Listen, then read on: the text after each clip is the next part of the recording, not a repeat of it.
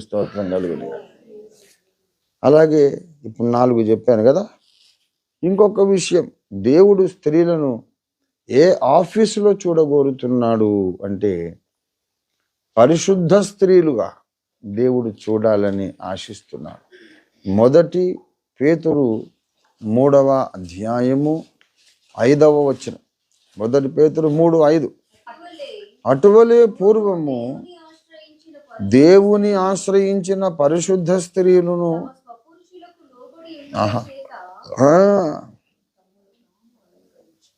తమ స్వపురుషులకు లోబడి ఉండుట చేత తమ్మును తాము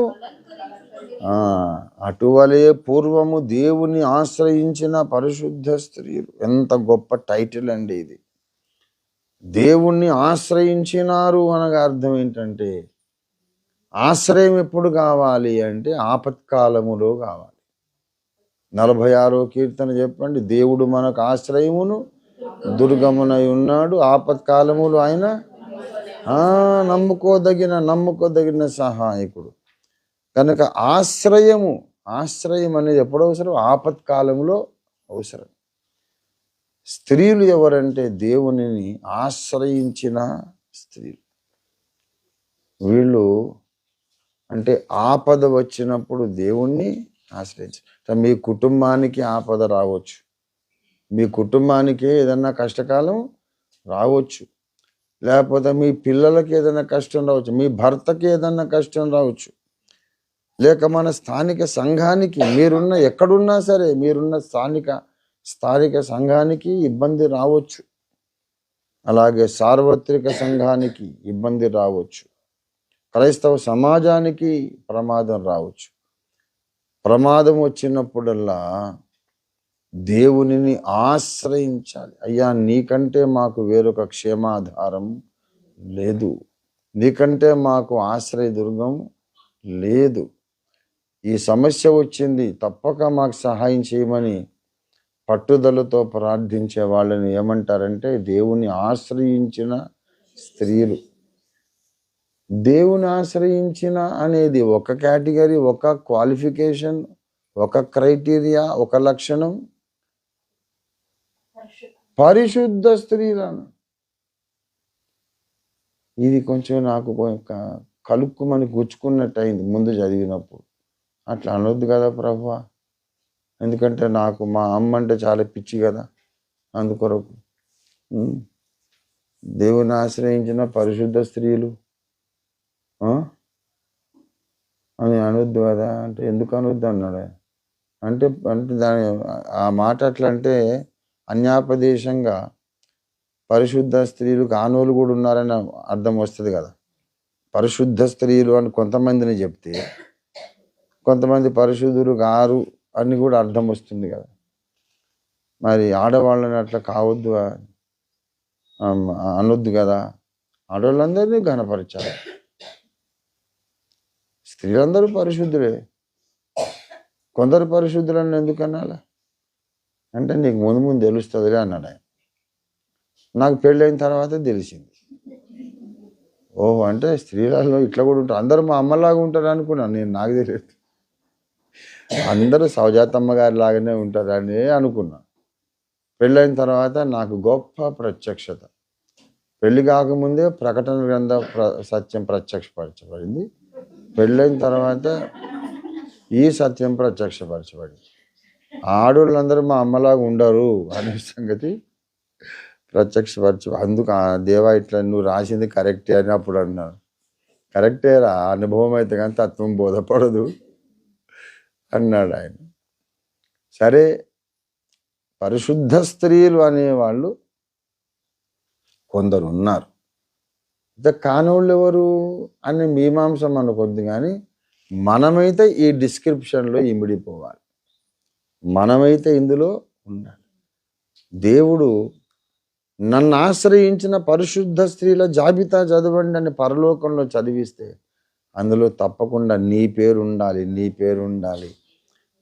ప్రతి స్త్రీ అనుకోవాలి, నా పేరు ఈ పరిశుద్ధ స్త్రీల జాబితాలో ఉండాలి, దేవుని ఆశ్రయించిన స్త్రీల జాబితాలో ఉండాలి.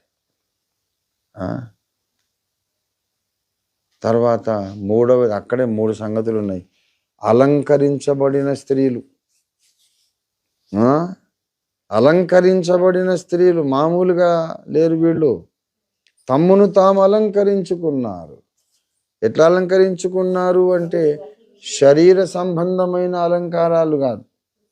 శరీర సంబంధమైన అలంకారాలు వద్దనే బోధ కూడా నేను ఎప్పుడు చేయలేదు.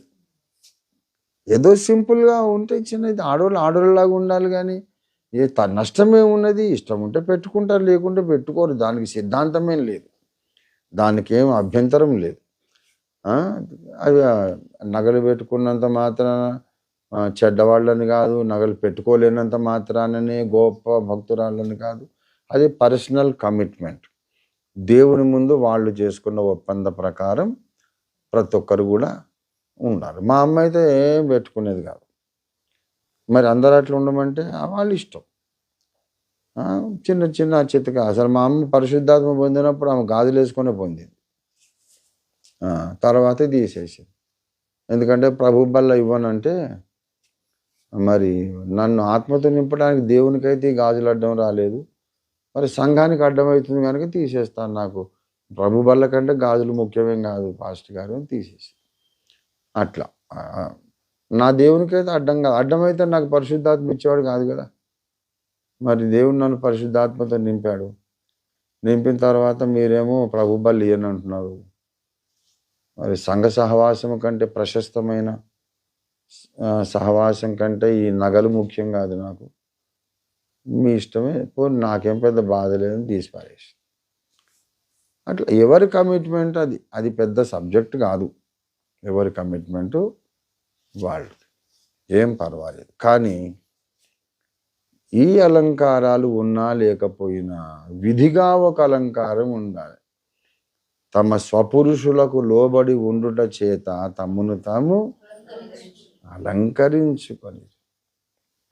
అది గొప్ప అలంకారం. అంటే దేవుని దృష్టికి అది గొప్ప అలంకారం. అట్లాంటి స్త్రీ దేవునికి చాలా అందంగా కనపడుతుందట. నువ్వెన్ని రంగులు పూసుకున్నా, ఒంటి నిండా ఆభరణాలు వేసుకున్నా అంత అందంగా ఉందని దేవుడు అనడు. కానీ ఎప్పుడైతే భర్తకు లోబడి, భర్తను గౌరవించి, భర్త ఇష్టానుసారంగా నడుచుకుంటారో, అబ్బా ఏం అందగత్తెరా ఈమె అంటాడు దేవుడు, సృష్టికర్త. భర్తకు లోబడి ఉండుట చేత అలంకరించుకున్నారట. అలంకృతమైనటువంటి సౌందర్య రాశులు ఎవరయ్యా అంటే భర్తకు అనుకూలవతులు. అది బైబిల్ చెప్పిందా, నేను చెప్పానా? నేను ఎంతటి వాడిని, మట్టి పురుగును, నాకేం తెలుసు? అక్కడ ఉన్న మాటలు చెప్పగలను ఆత్మ నడిపింపుతో, కానీ నేనేమన్నా రాసుకొచ్చానా నాకు తెలుసా? బైబిల్లో ఉన్న మాట. కనుక ఇప్పుడు చెప్పండి, స్త్రీలను దేవుడు ఏ ఆఫీస్లో చూడాలనుకుంటున్నాడు? శిశు ప్రసూతి వలన రక్షణ పొందిన స్థితిలో మీరందరూ ఉండాలి, స్త్రీలు ఉండాలి. తర్వాత దేవుని వాక్కు ప్రకటించే, మూడవది రోదన విద్య, తర్వాత దేవుని స్తుతించే స్త్రీలుగా ఉండాలి.